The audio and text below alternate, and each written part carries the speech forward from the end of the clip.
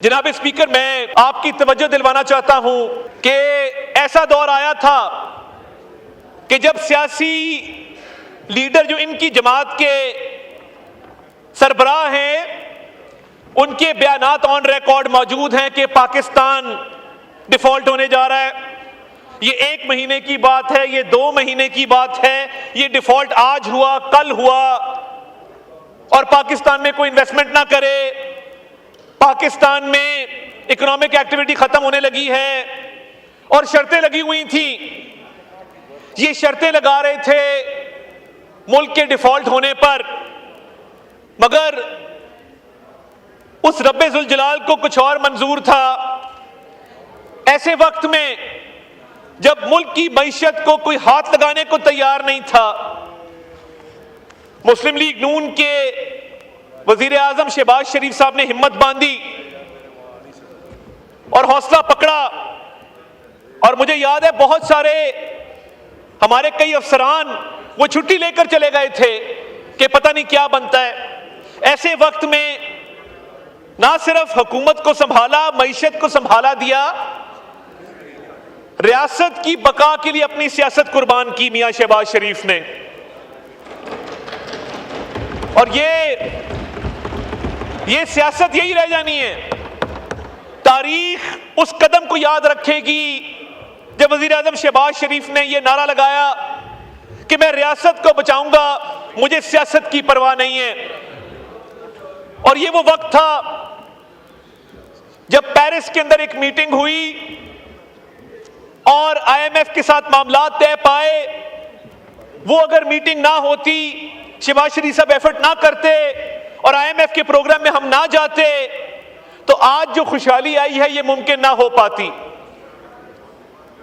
आज अगर आप उस दौर से कंपेयर करें, ये जिक्र करना बहुत जरूरी है कि हालात थे क्या। पाकिस्तान के अंदर एक्सचेंज रेट इस तरह फ्लक्चुएट होता था जैसे पंखा चलता है। सुबह डॉलर का रेट और था, दोपहर और था, शाम और था। जरा कारोबारी तबके को पूछिए जनाबे वाला कि वो एलसियां नहीं खुलती थी उनकी। एक्सपोर्टर्स का माल पोर्ट पर पड़ा होता था, वो एक्सपोर्ट नहीं हो सकता था। एक्सचेंज रेट की फ्लक्चुएशन थी, महंगाई 38% के ऊपर थी, इंटरेस्ट रेट 22% के ऊपर था, कारोबारी तबका पिस के रह गया था। काश उस वक्त आपने मिसाके मईशत की बात मानी होती जब शहबाज शरीफ साहब ने इसी हाउस में खड़े होकर कहा था कि मैं अपोजिशन में हूं, मेरी पूरी जमात जेलों के अंदर है, हम मुकदमात भुगत रहे हैं, मगर मैं फिर भी पाकिस्तान की खातिर खड़े होकर कहता हूं कि आओ मिसाके मईशत करें, इस मुल्क की अवाम को बचाएं। आपने उस वक्त उस कश्ती में बैठने से इनकार किया। आपने कहा नहीं। मैं ये भी आपको याद दिलाना चाहता हूं, हमारी याददाश्त बहुत छोटी है, हम आज की बात करते, कल की बात नहीं करते, मगर मैं कुछ चीजें आपको याद दिलाना चाहता हूं। ये वो हिसाब है कि सूरज पे लगे धब्बा कुदरत के करिश्मे हैं, बुत हमको कहें काफिर अल्लाह की मर्जी है। इन लोगों ने IMF को लेटर लिखे कि पाकिस्तान को प्रोग्राम ना दिया जाए। इनके वज़राए खजाना ने उस वक्त IMF को जो लेटर लिखे, मैं वो भी याद दिलाना चाहता हूं कि जब आपने IMF को लेटर लिखे तो आप चाहते थे कि ये मुल्क डिफॉल्ट करे। मैं आज अल्लाह ताला के 99 नामों के नीचे ये कहना चाहता हूं कि अगर इन्होंने कोई अच्छा काम किया इकोनॉमी के लिए, हम उसकी तारीफ करेंगे, मगर हमें यह गवारा नहीं है कि हम अपनी सियासत की खातिर पाकिस्तान के खिलाफ साजिश करें, जिस तरह इन्होंने अपने दौर में IMF को लेटर लिख के की थी। और ना सिर्फ इस पर बयानिया बनाया गया, पूरी कैंपेन चलाई गई। IMF को खतूत जो लिखे गए थे वो रिकॉर्ड का हिस्सा है, तारीख में हमेशा वो याद रखा जाएगा।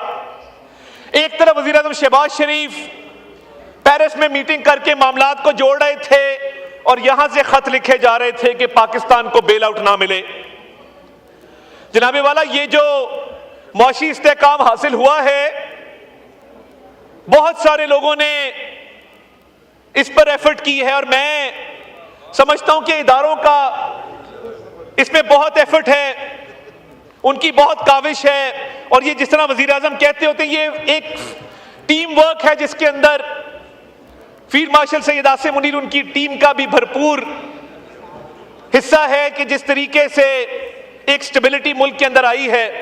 जनाबे वाला, अगर मैं मैक्रो इकोनॉमिक स्टेबिलिटी की बात करूं तो ये फिगर झुटलाए नहीं जा सकते।